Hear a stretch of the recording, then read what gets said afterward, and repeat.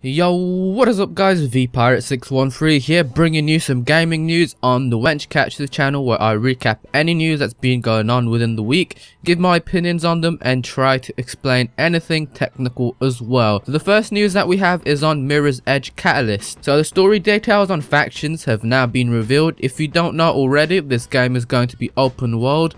But now we have information that there will be 3 central districts within the City of Glass, as well as 3 factions. These factions are the Conglomerate, I think that's how you pronounce it, who to me seem to be the big dogs out of the 3, ruling the district of Castadia.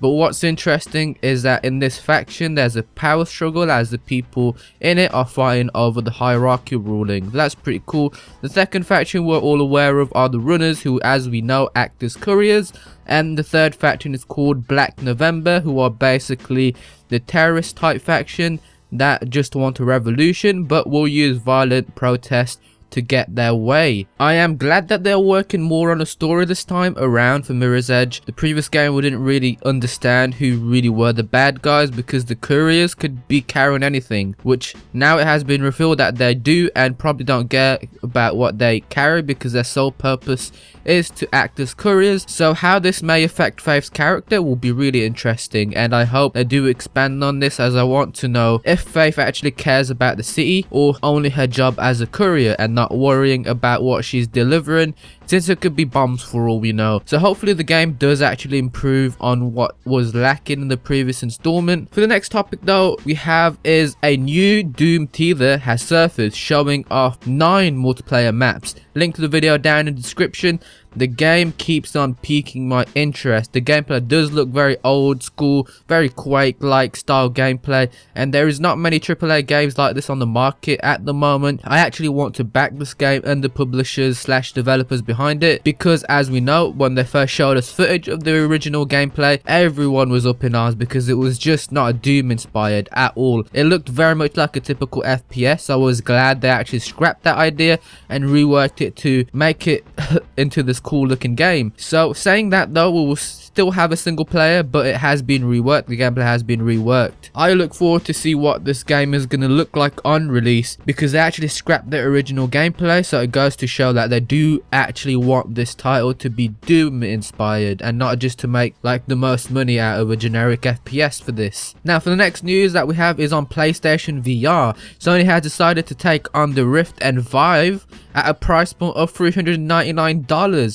The PlayStation VR headset will feature a 1080p OLED display with a refresh rate of 90 and 120 Hz. This is actually pretty great for people who don't have the money for the expensive price points that the Vive and Rift has, and also just to get your hands on a very high spec computer as well. You do not get the PS Move camera with the VR headset that you need to track the headset, but that's only going to cost you about $60 for it. I mentioned this before, but this market is not saturated as of yet, but as competition grows, prices will decrease, as we saw with 4K monitors for example. It just goes to show that the competition has increased slightly, but even if this is a good thing, we'll still have to wait and see more coverage of the device, as well as more information on what games will be compatible with the PlayStation VR, as well as what their plans are for the future of it, which Vive and Rift have already put out. If they do not plan much games to be on the PlayStation VR to be compatible with it,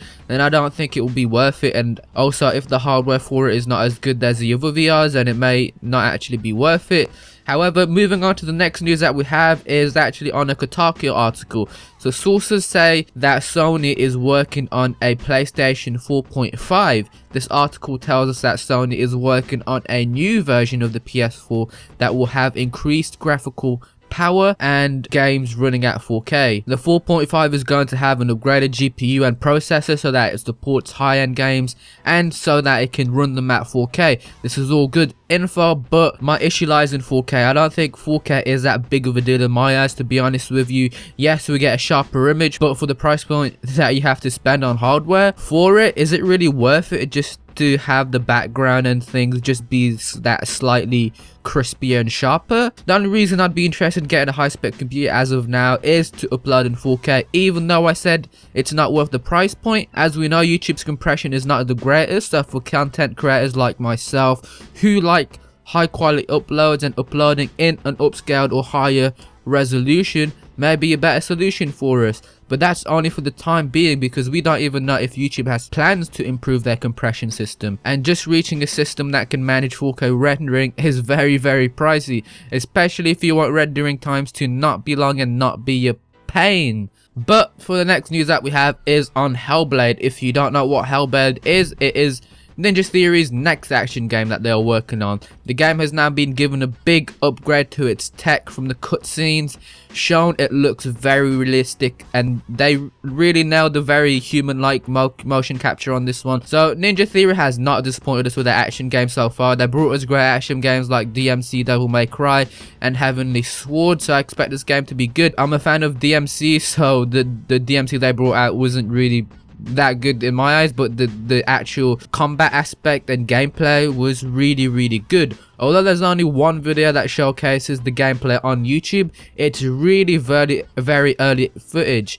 but it did look like very repetitive combat. Although, as I say, it is really just showcasing a very certain aspect of the combat. Links down in the description though, so go check it out if you are interested. Now for the next news that we have is Sony is being very peculiar with that choice of words for Microsoft's plan to have cross-platform for both their platforms. Sony has said PlayStation has been supporting cross-platform between PC on several software titles, starting with Final Fantasy XI on PS2 and PC back in 2002. We would be happy to have the conversation with any publishers or developers who are interested in cross-platform play. Now, this is not stating that they want to have cross-platform with Microsoft, but looking at this, it is definitely a possibility and shows that they may well be interested in it. I'm very happy to see more cross-platform games, especially if they bring out a lot more co-op cross-platforms, because it just makes it easy for people to enjoy games with their friends if they're on a different platform from their friends, which is basically me, because not many of my friends have a PC, and you know, one of my best friends who owns a PS4 and Xbox, it'd be great to just have a game with him cross-platforming with my PC and his Xbox. But for the next piece of news is on CryEngine. CryEngine is now adopting a pay what you want model, which is going to allow coders and users to access the engine and the source code without really dishing out a lot of money. Crytek said in a press statement, CryEngine 5 launches today with a pay what you want business model, offering developers everywhere total access to the engine's feature set and full engine source code for a fee of their choosing, and with no obligation to pay royalties or additional service charges. Users who decide to make a contribution for utilizing CryEngine 5 can allocate up to 70% of the sum to Crytek's new Indie Development Fund, a grant program that will see Crytek directly supporting promising indie projects around the world. The latest evolution of CryEngine also introduces CryEngine Marketplace. The marketplace will enable developers to access individual assets from Crytek's own library, as well as thousands of materials, sounds, and 3D objects created by the CryEngine community and other trusted vendors. Damn, that was a mouthful, dude. But this is a really great move done by Crytek. It just offers indie developers the tools to create their game, and it is really great to see that it's free, or as free as you can get for developers. I like how there are tools out there now for people who want to create games, so they don't have to join a big publisher or be under strict contracts like Kojima ended up being under. It just allows passionate developers to push boundaries without any restrictions from publishers and release great looking games. I have friends who want to be indie developers, and this is great for them. I mean, they don't have to be joining publishers or working towards being under a publisher, which they probably won't be able to push out their ideas. It would just have to go through so many suits just to say we want to change this, we want to change this. There's just not many boundaries being pushed this day and age, but I look forward to see any creations done on this engine in the future.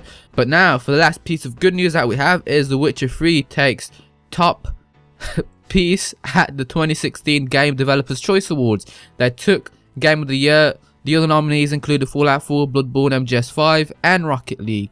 Witcher 3 has been winning a lot of GRT awards, and it's good to see because it's a fantastic game, and in my eyes it is the only game for its year that delivered on its gameplay, its story, and most importantly delivered to all of its fans around the world. This to me delivered on all aspects of what makes a game GOT compared to Fallout 4 and MGS5.